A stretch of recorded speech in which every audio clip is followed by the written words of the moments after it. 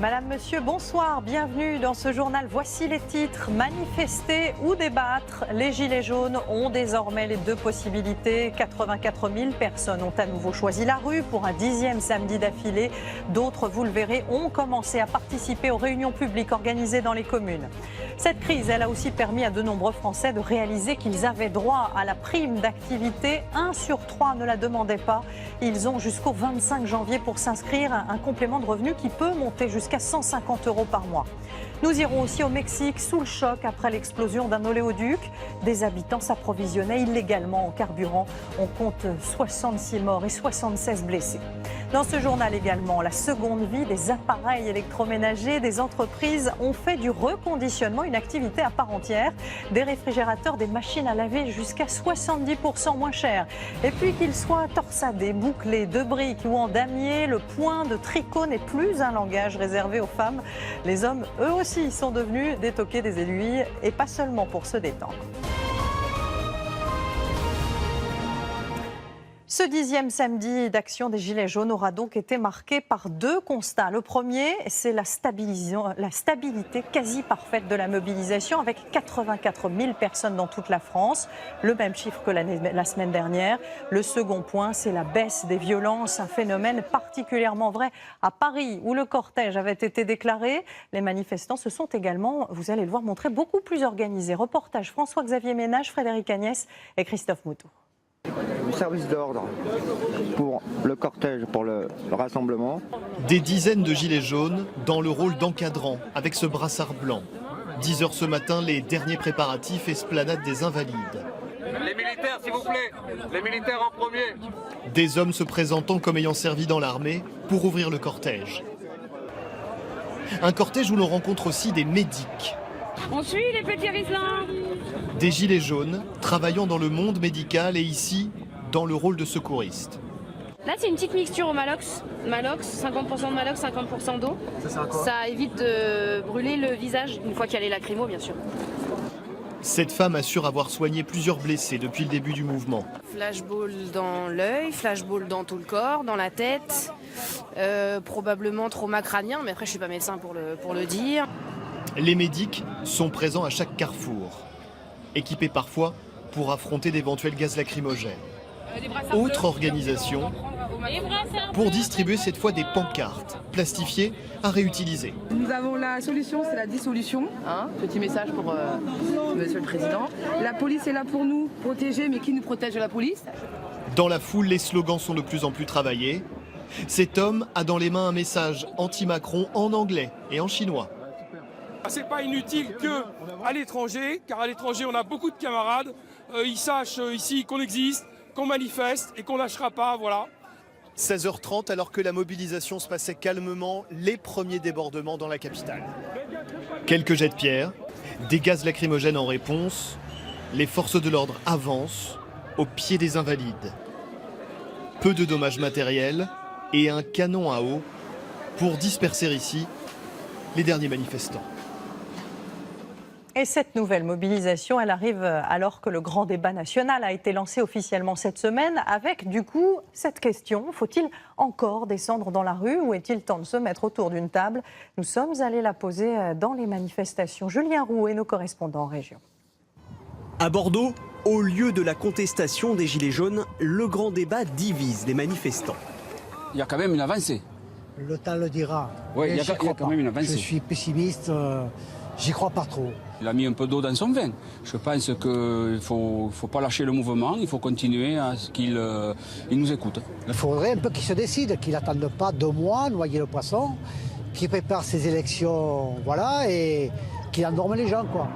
Est-ce un effet du débat? Le mouvement a été moins suivi aujourd'hui. 4000 personnes dans les rues de la capitale girondine selon la préfecture, 2000 de moins que la semaine dernière. Des affrontements ont émaillé la fin de la manifestation. Des tensions également signalées à Marseille. Le lancement du grand débat n'a pas calmé le mécontentement. Moi, depuis le début, je dis que le débat, c'est de l'enfumage et c'est de la campagne électorale. Point barre.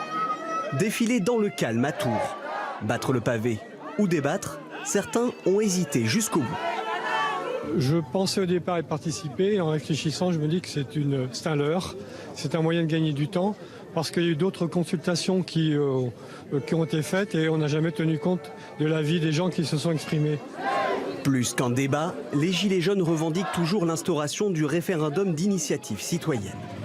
2500 Gilets jaunes se sont retrouvés à Angers. Cette manifestante a rempli un cahier de doléances en mairie, mais sans conviction. Je le fais par principe, mais je ne m'attends pas à des miracles non plus de la part de M. Macron. Et des autres. Continuera à aller dans la rue. Oui, bien sûr. Tant qu'il n'aura pas lâché l'ISF et des choses bien précises. Dans le Nord, à Lille, des manifestants demandent un débat pour tous. J'habite une petite commune où je me suis renseignée, je n'ai pas de débats qui sont organisés. J'ai un simple cahier de doléances. J'aimerais assez que la notion de débat soit obligatoirement organisée à toutes les échelles. À Brest, certains ont décidé de raccrocher leur gilet cet après-midi pour participer à un débat avec leurs députés. Je ne suis pas sur les manifestations aujourd'hui parce que pour moi c'était vraiment important d'être au contact de monsieur Larsonneur aujourd'hui. C'est une opportunité de se faire entendre et de faire des propositions. Dans plusieurs villes, on a observé une baisse de la mobilisation pour cette 10e journée d'action. À Toulouse, en revanche, un record de fréquentation a été enregistré avec 10 000 manifestants selon la préfecture. Et justement, je vous propose d'aller à Toulouse, retrouver Florian Nitzler. Bonsoir Florian, 10 000 personnes, on le disait à l'instant, c'est une mobilisation record pour la ville depuis le début du mouvement. Effectivement, 10 250, même si on veut être très précis d'après la préfecture. Alors comment expliquer ce record? Eh bien, les Gilets jaunes occitans ont voulu faire de Toulouse le point de convergence régionale de cette 10e journée de mobilisation. C'est pour ça que dans la manifestation, on a vu beaucoup de Toulousains, bien sûr, mais aussi des gens venus d'Albi, des Pyrénées, de l'Ariège, des gens qui avaient fait 1, 2, voire 3 heures de route pour être à Toulouse aujourd'hui. Autre chose aussi, cette semaine, vous le savez, Emmanuel Macron a lancé le grand débat. Eh bien, beaucoup de Gilets jaunes estiment que plusieurs de leurs revendications centrales, comme le référendum d'initiative citoyenne ou le retour de l'ISF, ne sont pas abordées dans ce débat et ils voulaient le faire entendre aujourd'hui. Alors là, il est 20h, il y a eu quelques affrontements avec les forces de l'ordre en fin de manifestation, mais les choses sont en train de revenir au calme. Merci beaucoup Florian. Et vous le disiez, pendant ce temps-là, d'autres Français ont choisi de débattre. D'ici le 15 mars prochain, ce sont des centaines de réunions publiques qui vont être organisées un peu partout. Nous sommes allés à Münster, dans les Vosges. Reportage Jacques Boivin et Laurence Claude-Pierre. Moi, je proposerais de mettre en place une politique de ferroutage ambitieuse. Moi, je voudrais soumettre la possibilité de la gratuité des transports en commun. Notre vallée verte est une autoroute de bagnole. 20 000 voitures par jour en été ou des choses comme cela. L'environnement au cœur du débat. Cet après-midi, dans la salle municipale de Münster, une centaine d'habitants de toute la vallée ont fait le déplacement pour soumettre leurs propositions. Toutes sont notées et seront mises en forme. L'exercice séduit. C'est une bonne chose, c'est ce qu'il faut. Parce que à quoi ça sert de réclamer ou c'est remuer dans les brancards si vous-même vous y allez pas. Les maires de la vallée sont les chefs d'orchestre de cet exercice. Il ressemblait parfois à un inventaire à la Prévert. Baisser la TVA de 20% à 5,5% sur les produits de première nécessité, non seulement l'alimentation, mais aussi tout ce qui est vêtements, tout ce qui est chaussures, parce que ça, c'est les besoins vitaux. Il faut inclure tous les maires des petites, moyennes ou grandes communes dans l'insertion des demandeurs d'emploi. J'ai entendu dire que la prochaine réforme, ça serait celle de la fonction publique. Et j'espère devenir fonctionnaire, du coup, elle m'inquiète un peu. Et j'aimerais simplement que le gouvernement explique ce que ça va donner, ces histoires de contractuels. De rares gilets jaunes sont présents, mais pas mécontents quelque part d'être à l'origine de ces échanges. Un grand débat sans les gilets jaunes, ça n'aurait jamais eu lieu. La hausse du SMIC, ça n'a jamais eu lieu. En 40 ans de syndicalisme, il n'y a jamais eu des avancées comme il y a eu là en 2 mois. Le démantèlement. Une cinquantaine de propositions ont vu le jour cet après-midi. Elles parviendront dès la semaine prochaine à Paris à la mission Grand Débat. Et sachez que sur le canal 26, LCI consacre sa soirée à ses premiers débats locaux et à cette 10e journée d'action des Gilets jaunes. Ces dernières heures ont aussi été diffusés les chiffres concernant le manque à gagner pour les commerçants. En décembre, ils ont enregistré une baisse de 4% de leur chiffre d'affaires sur tout le territoire. Cela peut sembler modeste, mais vous allez le voir, les situations sont très différentes d'une région à une autre. Valentin Després, Louise Marcy et Marion Fiat. Grilles baissées, vitrines barricadées, rues désertes. Pour les commerçants du centre-ville d'Angers, c'est un samedi noir. Défilé des Gilets jaunes oblige, la préfecture a fait boucler l'hypercentre. Il faut désormais tout ranger. Bien barricader les terrasses, de ne pas exploiter les terrasses, que rien ne traîne pour éviter tout débordement. Nathalie Ferreira s'en serait bien passée. En 2 mois, elle a déjà perdu 50% de son chiffre d'affaires. Désormais, elle envisage le pire. Moi, si ça continue, je ferme. Je ferme parce que je ne pourrais pas tenir. Finalement, pas avoir de salaire, c'est pas une vie non plus. Je ne vais pas m'endetter non plus. C'est ridicule. Et elle n'est pas la seule. En France, les magasins ont enregistré une baisse de leur activité de 4% en décembre. Si la restauration résiste, les enseignes de loisirs et de services sont en recul, tout comme les magasins de chaussures et d'habillement avec 4,5% et 5% de chiffre d'affaires perdu le mois dernier. Les plus touchés sont les vendeurs de cosmétiques et les pharmacies, moins 7%, ainsi que les enseignes de bricolage, moins 8% en moyenne. Une situation de plus en plus intenable pour cette parfumerie et ce pressing ici en Moselle. Milieu de journée, aujourd'hui un samedi, le deuxième samedi des soldes. Voilà, 386,99 € en caisse. C'est une catastrophe. 50,60 € TTC en caisse. Il faudrait au moins avoir 500, 600 € déjà en milieu de journée, quoi. Pour exprimer leur ras-le-bol, ces pancartes en vitrine, commerce à vendre. Il y a vraiment un risque, c'est pas pour faire rigoler, c'est réel, le problème est réel. Aujourd'hui, si le banquier n'était pas là, si on n'avait pas le soutien du banquier, je ne sais pas comment on ferait. Le blocage des routes par les Gilets jaunes a paralysé toute la France. Si la région Auvergne-Rhône-Alpes se défend, partout ailleurs, la fréquentation des magasins a chuté en décembre. Les Hauts-de-France et le centre Val-de-Loire sont les plus touchés, 5 et 8% d'affluence en moins. À Lille, les clients ont fui cette galerie marchande du centre-ville. Les gens sont craintifs et préfèrent à la limite aller sur la périphérie, par exemple, où il y a moins de risques de rencontrer des manifestations, des gilets jaunes. Pour les professionnels du commerce, ni les soldes ni les achats sur Internet ne permettront de compenser le manque à gagner. Et puis intéressons-nous maintenant à une conséquence vertueuse de ce mouvement. Avant la crise, 1/3 des Français éligibles à la prime d'activité ne la demandaient pas. La publicité faite à cette mesure a donc provoqué une ruée dans les caisses d'allocation familiale. 300 000 dossiers supplémentaires depuis le 1er janvier. Vous avez jusqu'à vendredi prochain pour vous inscrire. Céline Blancpain et Brice Gérès. Emmanuel, 29 ans, est employé dans un supermarché. Célibataire sans enfant, il gagne 1 400 € net par mois et n'a jamais touché la prime d'activité. J'avais fait une demande il y a 2-3 ans, mais on m'avait dit qu'avec ce que je touchais, j'y avais pas droit. Nouveauté cette année, la prime est élargie à 1 million de ménages supplémentaires. À partir de février, Emmanuel recevra un complément de revenus estimé à 152 € par mois. Ouais, 10% de mon salaire, ouais, quand même. Ça risque de mettre un peu de beurre dans les épinards, ouais, quand même.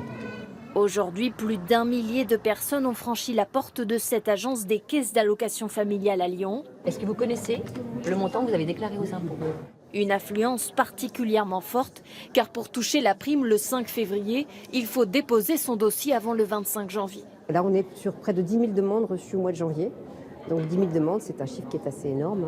On est effectivement 5 fois plus que ce qu'on recevait sur les mois précédents.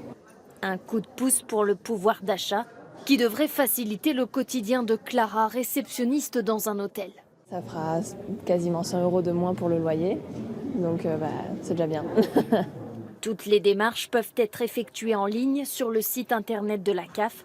Le gouvernement rappelle que 4 millions de foyers aux revenus modestes sont désormais éligibles à la prime d'activité. Autre grand titre de ce samedi, ce drame épouvantable au Mexique qui s'est produit la nuit dernière dans le centre du pays. Des habitants s'approvisionnaient illégalement en carburant directement sur un oléoduc. Eh bien, ce dernier a fini par exploser. On déplore déjà 66 morts et des dizaines de blessés. On fait le point avec Catherine Charles. Une explosion dans la nuit. Des cris, des silhouettes enflammées qui tentent de s'échapper. L'incendie d'un oléoduc à une centaine de kilomètres au nord de Mexico a fait la nuit dernière 66 morts et 76 blessés, rapidement évacués dans les hôpitaux de la région. La cause de cette catastrophe, le vol d'essence. Plus tôt dans la journée, comme le montrent ces images sur les réseaux sociaux, des habitants de Tahuelilpan, proche de l'oléoduc, étaient venus munis de bidons et de jerrycans se ravitailler à même le conduit où l'essence fusait en geyser. Tout à coup, en début de soirée, c'est l'explosion. Les habitants choqués se rendent alors sur place pour avoir des nouvelles de leurs proches et tenter de comprendre. Mon frère était là-bas en train de prendre de l'essence. Quand l'explosion a eu lieu, il y était. Je ne sais pas s'il a pu s'en sortir. Jusqu'à maintenant, nous n'avons aucune nouvelle de lui. Ils n'étaient pas 10 ou 20, ils étaient des centaines à tenter de prendre de l'essence qui sortait du conduit. Nous connaissons les risques de ce genre d'activité, mais les jeunes, eux, ne se sont pas rendus compte. D'autres s'interrogent. Je crois que ces vies auraient pu être sauvées si les soldats avaient fait leur travail pour éloigner les gens et les empêcher d'approcher. Voler du carburant est devenu monnaie courante dans un pays où le pétrole se vend aussi au marché noir. Selon les chiffres officiels, 10 000 siphonnages ont été enregistrés en 2017. Une perte de 3 milliards de dollars pour l'État mexicain. Ce soir, le pays compte encore ses victimes et les unités de lutte contre les incendies surveillent toujours la région. Aux États-Unis, dans 2 heures maintenant, Donald Trump doit faire une annonce que le président a lui-même qualifiée de majeure. Elle concerne évidemment le fameux shutdown, ce blocage entre la Maison-Blanche et les élus démocrates. Résultat, depuis maintenant 29 jours, 800 000 fonctionnaires ne sont plus payés. Jamais le pays n'a connu une telle crise du budget. Et les agents concernés, vous allez le voir, ont dû avoir recours à la charité. Marie Chantret et Mathieu Berrien. La nouvelle a très vite fait le tour de la ville de Washington. Quelques minutes d'attente par 0 degré. Ici, des repas gratuits sont distribués.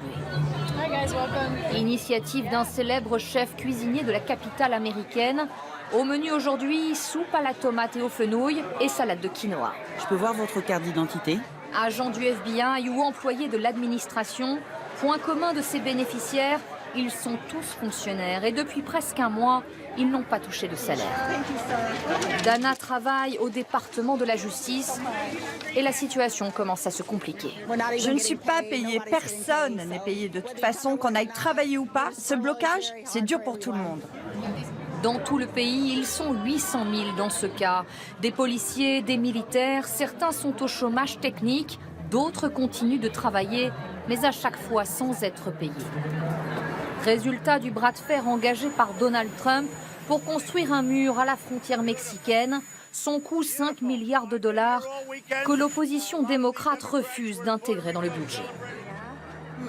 Je suis en colère parce que Trump ne comprend pas ce que ces décisions provoquent. Si c'était à lui que ça arrivait, si sa famille n'avait pas de quoi se payer de la nourriture, un toit, peut-être qu'il verrait les choses différemment.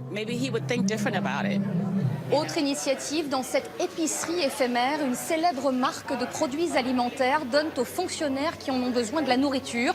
Tout est ici gratuit, elle doit rester ouverte 5 jours pour le moment.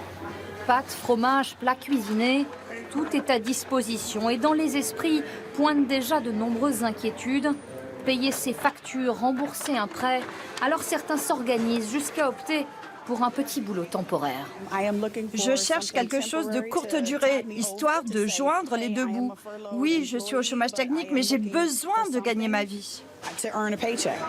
Depuis quelques jours, les grandes banques ont mis en place des facilités de paiement pour ces fonctionnaires. Selon les spécialistes, ce shutdown le plus long de l'histoire pourrait coûter cher à l'économie américaine. Revenons maintenant en France avec cette mauvaise nouvelle pour un fleuron de l'industrie nationale. Le français Alstom et l'allemand Siemens avaient comme ambition de fusionner. Ils voulaient devenir l'Airbus du rail. L'idée était de pouvoir faire face à la concurrence chinoise. Mais les dernières indiscrétions venues de Bruxelles laissent entendre que la Commission européenne a de telles exigences que le projet ne se fera sans doute pas. Les explications de Maude Gatineau et Olivier Standbach. Le français Alstom et l'allemand Siemens, deux concurrents qui s'entendent sur un proverbe, l'union fait la force. Depuis des mois, les deux constructeurs veulent fusionner pour mieux résister sur le marché du ferroviaire, mais l'Europe est encore réticente. La Commission européenne estime que si on marie Alstom et Siemens, on aura un quasi-monopole européen et donc fatalement, les prix que pratiquerait ce monopole européen seraient élevés. Et donc, ce serait le consommateur européen qui paierait la note de cette fusion. Aujourd'hui, Alstom et Siemens vont bien, mais ils ont peur de l'avenir et surtout de ce géant chinois, CRRC. Son chiffre d'affaires est de 30 milliards d'euros. C'est 2 fois plus que celui de leurs 2 entreprises réunies. Il a construit dans son propre pays le plus grand réseau de lignes à grande vitesse du monde. Il s'étend sur 22 000 kilomètres. Aujourd'hui, CRRC compte bien s'exporter partout à l'international en proposant des tarifs plus bas. Une menace pour les constructeurs européens.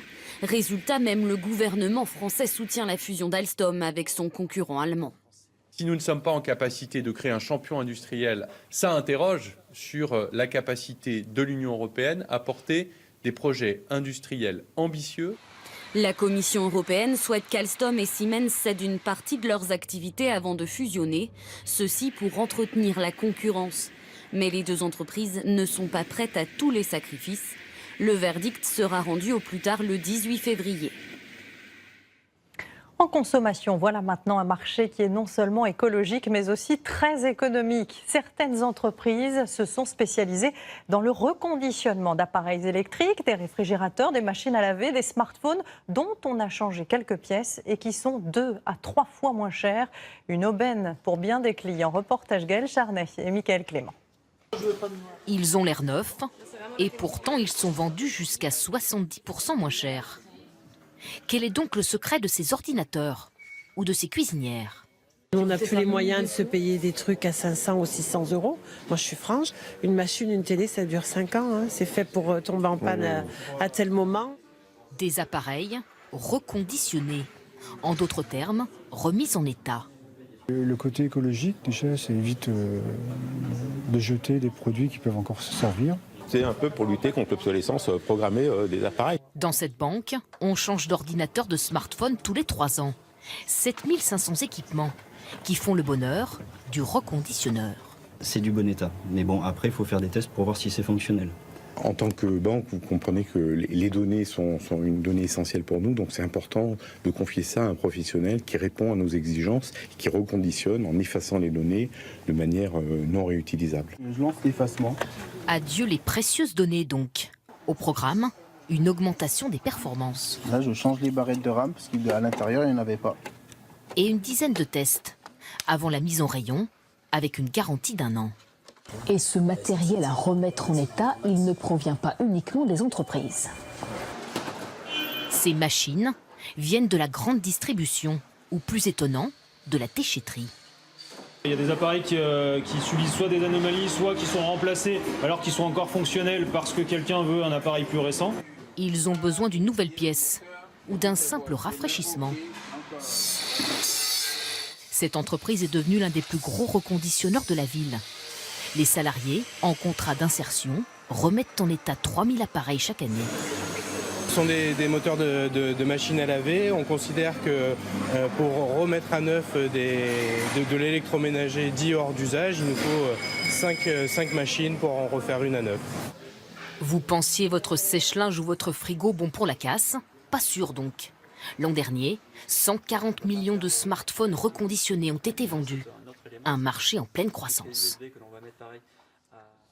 Autre marché parallèle qui intéresse beaucoup les publicitaires, ce sont évidemment les réseaux sociaux. On parle beaucoup de ces blogueurs célèbres qui en vivent d'ailleurs très confortablement. Mais il n'est plus besoin aujourd'hui d'avoir des millions d'abonnés pour intéresser les marques. Bien au contraire, leur nouvelle cible, ceux que l'on appelle les micro-influenceurs. Et le principe est simple, ce sont les petits ruisseaux qui font les grandes rivières. Enquête Alexia Meyer et Alexandre Godin. J'ai ma petite lumière, ma caméra, mon trépied et puis c'est parti quoi.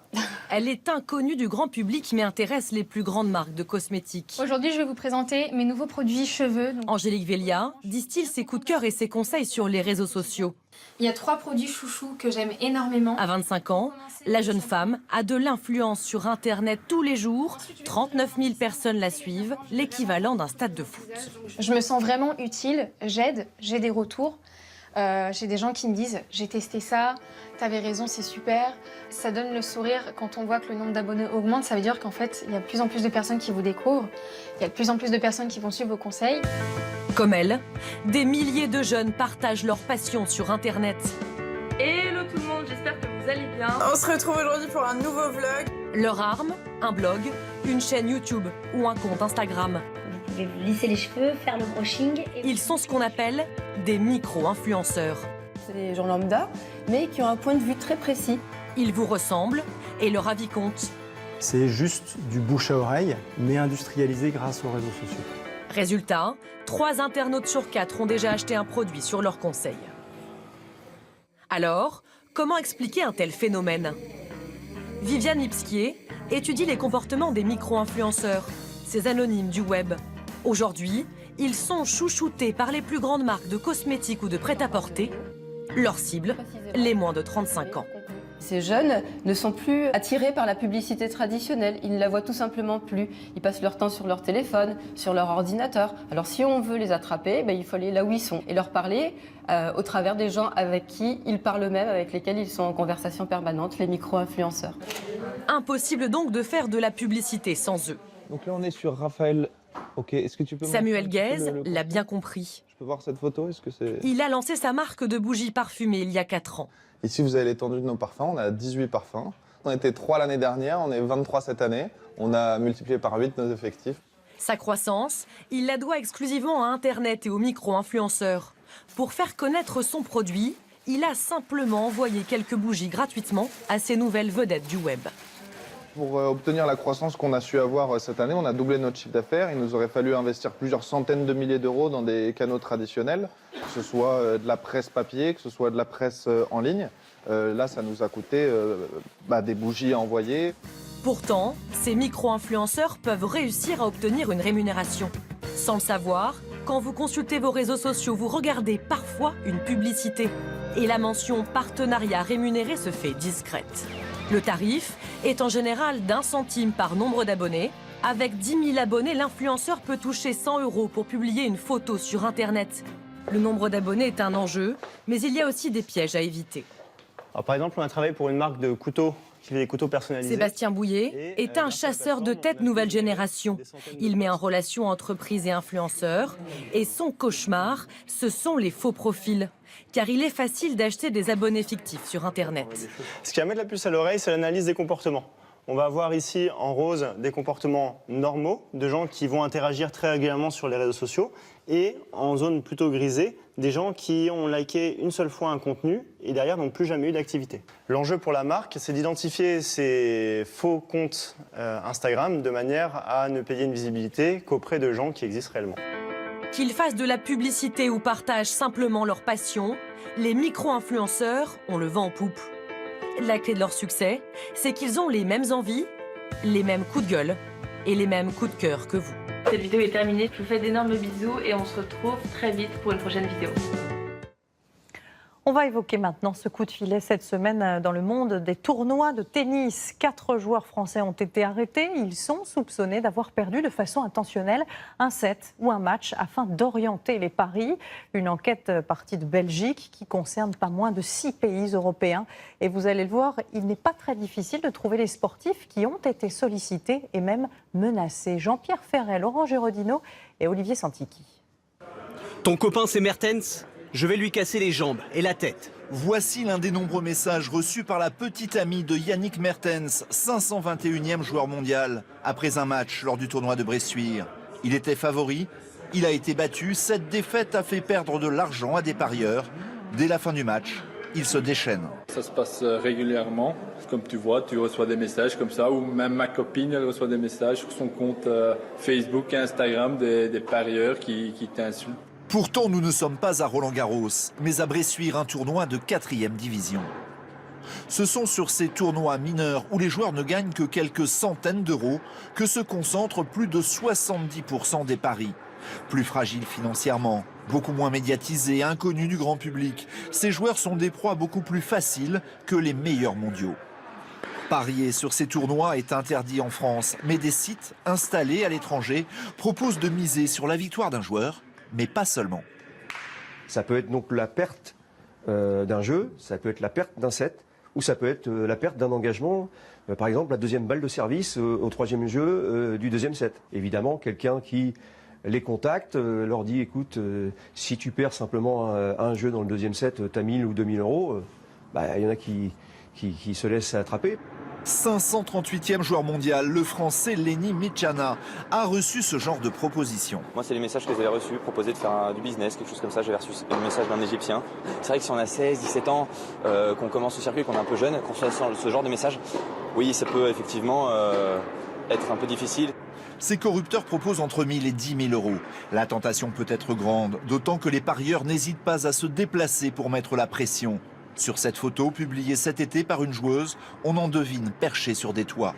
Cette semaine, plusieurs ont été repérés à Bressuire. On les soupçonne d'avoir tenté de corrompre des joueurs. Nous, cette semaine, on a surpris 7 personnes qui n'avaient rien à faire ici. On sait que certains ont beaucoup de liquide dans leur poche.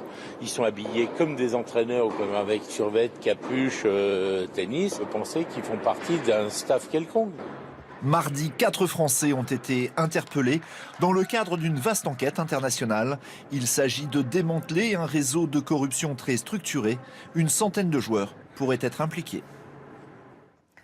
Partons à présent en Californie avec cette décision pour le moins radicale. Depuis le 1er janvier dernier, la vente de chiens et de chats d'élevage est strictement interdite sous peine d'amende. Désormais, les animaleries ne peuvent proposer aux clients que des animaux issus de refuges. Une victoire pour les associations locales. Marie Chantret et Adrien Ponsard. Ils cohabitent depuis à peine 2 semaines. Hey Marble, qu'est-ce que tu penses de ta nouvelle maison? Et entre ces deux-là, c'est déjà une longue histoire.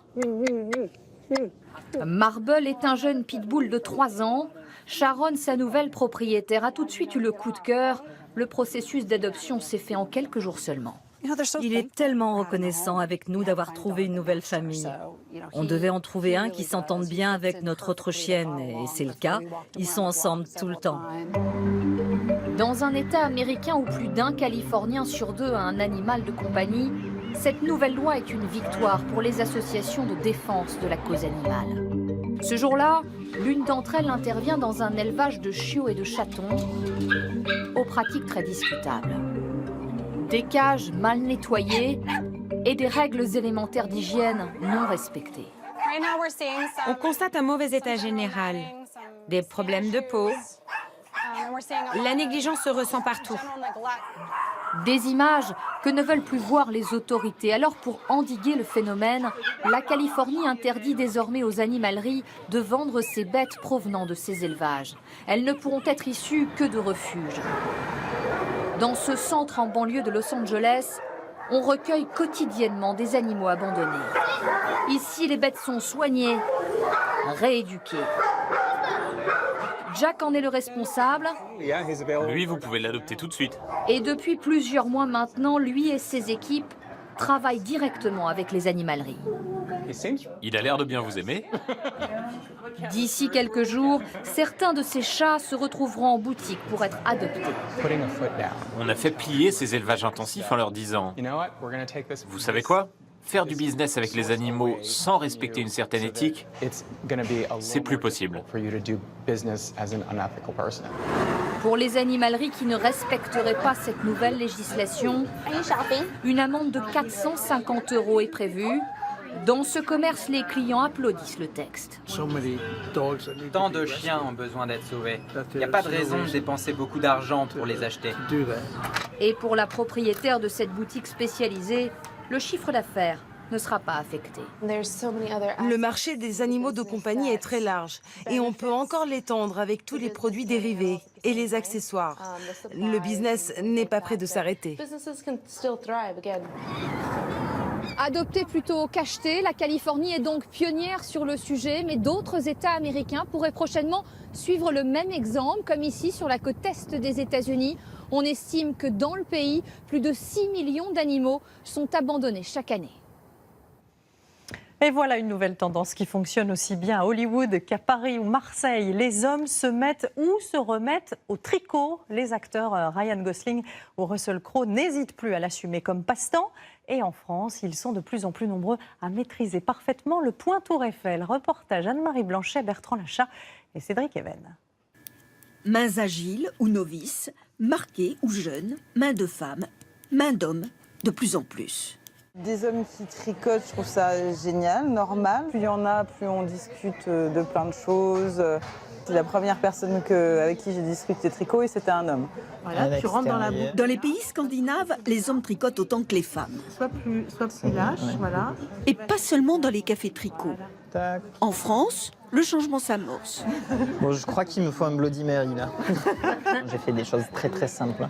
Mais quand la pièce est finie, on a une vraie satisfaction à se mettre autour du cou, se mettre sur le corps. Ce qu'on a fabriqué soi-même, c'est beaucoup plus gratifiant que d'acheter une pièce toute faite. La passion des aiguilles, Enrico Castronovo, lui, l'a découverte voici 11 ans en arrivant à Paris. J'étais en colocation avec une fille qui faisait du tricot. Et là, je l'ai un peu regardé faire et tout de suite, j'ai été fasciné, j'ai adoré. Et depuis le soir où j'ai appris à tricoter, je pense qu'il ne s'est pas passé un seul jour sans que j'ai tricoté. Lainage, pulls, chaussettes.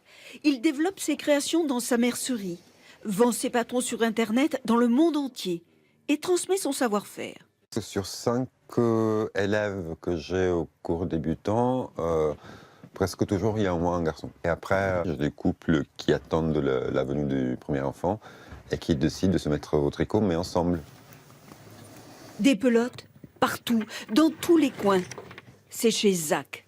Il a même abandonné son ancien métier dans le marketing pour se consacrer à sa passion, lui aussi. Le fun, c'est de s'amuser avec les points, de changer de technique, de changer de fil, d'aller s'amuser avec à un moment donné un petit fil de mohair qui est hyper léger mais qui va donner un peu de transparence, de s'amuser avec une aiguille qui va être très grosse et un fil très fin pour avoir un effet dentelle. Son dada, les accessoires, la décoration. Là, c'était mon petit cactus de Noël. Qu'est-ce qu'on a d'autre? On a un petit renard. Ah oui, mais il est là. Et là, il y a un mini-moi. Sur son blog, de nombreux tutos, des leçons en vidéo. Du rond magique. Bref, Zach... Je donne pas mal d'ateliers en fait. Toujours dans cet esprit de se dire qu'en faisant des choses avec ses mains, on peut s'amuser et s'éclater. Au bout du tricot, du partage, des rencontres, de nouvelles amitiés, un nouveau phénomène social sans tabou. Et puis avant de refermer cette édition, une dernière image, le train des pièces jaunes qui vient d'arriver à Paris ce soir. L'opération fête ses 30 ans cette année et elle a pour parrain Didier Deschamps. Jusqu'au 16 février prochain, vous pouvez donc vous procurer les petites tirelires qu'on connaît bien et les remplir de petites pièces. Elles serviront à financer des projets pour accompagner les enfants à l'hôpital. Et puis, modernité oblige, vous pouvez aussi donner 5 € directement à l'aide de votre téléphone portable par SMS. Vous envoyez don, DON, au 92 111. Voilà, c'est la fin de ce journal. Tout de suite, dernier, qui veut gagner des millions de Jean-Pierre Foucault, qui passe, vous le savez, le relais à Camille Combal. Je vous souhaite donc une très belle soirée sur TF1 et je vous dis à demain.